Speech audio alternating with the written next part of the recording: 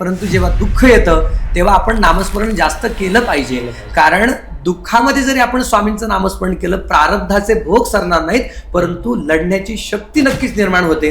म्हणून आपण मांसाहार न करता आपण सात्विक आहार घेऊन स्वामींची सेवा केली तर त्याचं फळ लवकर प्राप्त होतं. एखादी भगिनी गृहिणी स्वयंपाक करत आहे, तिच्या मनामध्ये जर परमेश्वराचं नामस्मरण असेल तर ते सत्व गुण त्या अन्नामध्ये उतरतात आणि ग्रहण करणारा जो व्यक्ती आहे त्याचं मन पण सात्विक गुणांनी भरतं. परंतु जेव्हा स्वयंपाक करताना जर आपण म्हणतो की राग असेल मनामध्ये किंवा त्या एखाद्या व्यक्तीबद्दल राग मनामध्ये ठेवलेला आहे, भांडण झालेलं आहे आणि राग करून जर तो स्वयंपाक बनवला तर ते तत्व त्याच्यामध्ये उतरतात आणि ग्रहण करणारा व्यक्ती सुद्धा तशाच तत्वांनी भरतो. स्वामींची जेव्हा आपण जप करतो तेव्हा किती माळांचा केला पाहिजे किंवा कोणती माळ वापरली पाहिजे असं काही आहे का? स्वामींचं नामस्मरण करताना, स्वामींची सेवा करताना आपण रोज सकाळी स्नान झाल्यावर जरी आपल्याला अर्धा तास बसणं शक्य नसेल, 5 मिनिटं जरी आपण स्वामी सेवेसाठी बसले, भक्तिभावाने एकचित्ताने आपण स्वामींचं शांततेत नामस्मरण करावं.